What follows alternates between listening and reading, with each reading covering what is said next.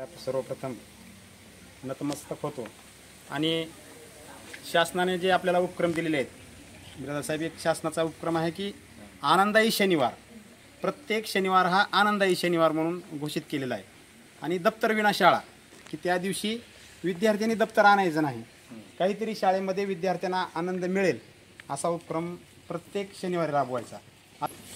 आमच्या शाळेतील कर्तव्यदक्ष, कार्यतत्पर, नेहमी विद्यार्थ्यांसाठी झटणारे, मी तर त्यांना म्हणेन की आधुनिक साने गुरुजी असलेले पवळे सर, हे नेहमी त्यांच्या विचारातून, कल्पनेतून शनिवार जरी आनंदी असला, ठरवला असलं, तर प्रत्येक दिवस विद्यार्थ्यांसाठी कसा आनंदायी ठरेल हा प्रत्येक दिवस आनंदायी करण्याचा प्रयत्न ते नेहमी करत असतात. असे आदरणीय पवळे सर, की असे वेगवेगळे गेस्ट या शाळेमध्ये आणतात, विद्यार्थ्यांना मार्गदर्शन करतात. तुम्ही या ठिकाणी आलात, बिराजदार साहेब व सौ बिराजदार मॅडम, एक खेडेगावामध्ये अशा प्रकारचं तुम्ही येणं, आमच्या विद्यार्थ्यांना मार्गदर्शन करणं, ही खूप मोठी गोष्ट आहे. तुम्ही सांगितलं भैया की विद्यार्थ्यासाठीच नाही, की आम्हाला सुद्धा वाटत होतं की आम्ही तिकडे जाऊन येऊ, इथं बसावं तुमचं ऐकत. कारण आरोग्य ही अशी महत्त्वाची गोष्ट आहे. माणूस काही मिळवेल, हेल्थ इज वेल्थ म्हणलेलं आहे. आरोग्य हीच संपत्ती आहे. लक्षात घ्या मुलांना, आरोग्य हीच संपत्ती आहे. तुम्ही आर्थिक संपत्ती किती मिळवेल त्याला महत्त्व नाही, परंतु त्या संपत्तीचा जर तुम्हाला उपभोगच घेता येत नसेल तर ती संपत्ती काही कामाची नाही. म्हणून तुम्हाला जे काही टिप्स दिल्यात, मॅडमने सांगितले की सकाळी लवकर उठा, सर्वात महत्त्वाचं. सकाळी लवकर उठणे म्हणजे संपूर्ण दिवसभराचा व्यायाम झाल्यासारखं आहे. आपण 8 वाजे सूर्याला उठवलं पाहिजे. आपण सूर्य आपल्याला उठवते रोज. सर्वात सांगितलं की बाबा लवकर उठायचं, ध्यान करायचं. ध्यानावर विशेष महत्त्व आहे. आपण रोज ध्यान घेतो, परंतु आता आपल्याला अर्धा तास, 10-5 मिनिट आपल्याला ध्यान घेता येत नाही मॅडम शाळेमध्ये. तर तुम्ही ती सवय घरी लावा. खूप महत्त्वाचे विषय आहेत हे. आपल्या अभ्यासाबरोबरच आपल्या शरीराकडं आरोग्य, निरोगी शरीरामध्येच निरोगी मन वास्तव करत असतं. अशा प्रकारचा संदेश या ठिकाणी डॉक्टर बिराजदार साहेब यांनी दिलेला आहे मेडिटेशनच्या बाबतीत. आणि आपली जीवनशैली कशा पद्धतीने असायला पाहिजे याचं एक चांगलं उदाहरण, चांगला संदेश या ठिकाणी बिराजदार मॅडमने आपल्या सर्वांना दिला आहे. खरंच तुमचं जेवढे आभार मानावे तेवढे कमीच आहे.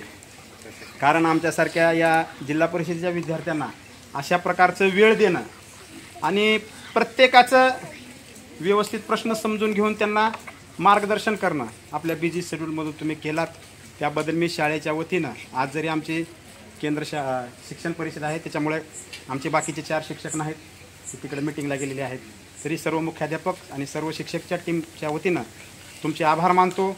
आणि सर्व तुमचं कौतुक म्हणजे की सांगितलं की बाबा आपली शाळा आता दत्तक घेतली बिराजदार साहेबांनी.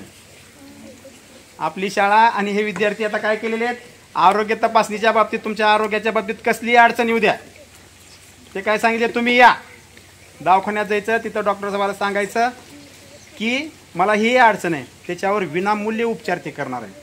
खूप खूप आभार साहेब तुमचे. जेवढं कौतुक करावं सर्वांनी टाळ्या वाजवूया. कारण असं एक उदाहरण आहे की मी पाहतोय लातूरसारख्या ठिकाणी किंवा मुंबई, पुण्यासारख्या ठिकाणी आरोग्याच्या बाबतीत काय झालं आहे, आरोग्य म्हणजे समाज काय केलेलं आहे, जसं पोलीस स्टेशनकडे पाहतंय की गेलं की तिथं लुटणारेच आहेत. आरोग्याच्या बाबतीत तसंच झाले साहेब. सगळेजण कमवायला बसलेत, परंतु तुमच्यासारखे जे देवरूपी आहेत काही जण, की ह्या आरोग्य ह्याच्याकडे सेवा म्हणून काम करतात. तुम्हाला आता लातूरसारख्या ठिकाणी जाऊन तुम्ही कितीही तुम्हाला कमवता आलं असतं, परंतु तुम्ही ते न करता लांब जाण्यासारख्या या ग्रामीण भागामध्ये इथंच थांबून इथले जे खेडोपाड्यातले जे आरोग्य समस्या आहेत त्या सोडण्याचं काम तुम्ही करत आहात. त्याबद्दल तुमचं जेवढं कौतुक करावं तेवढं कमी आहे.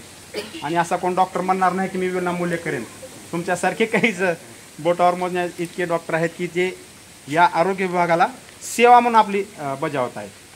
त्याबद्दल तुमचे खूप खूप आभार आणि कौतुक. तुम्हाला भावी वाटचालीसाठी शुभेच्छा. आणि तुम्ही आलात, आम्हाला मार्गदर्शन केलात, आमच्या विनंतीला मान दिलात, त्याबद्दल शाळेच्या वतीनं तुमचे आभार मानतो आणि माझं वाढत चाललेलं 2 शब्द संपवतो. जय हिंद.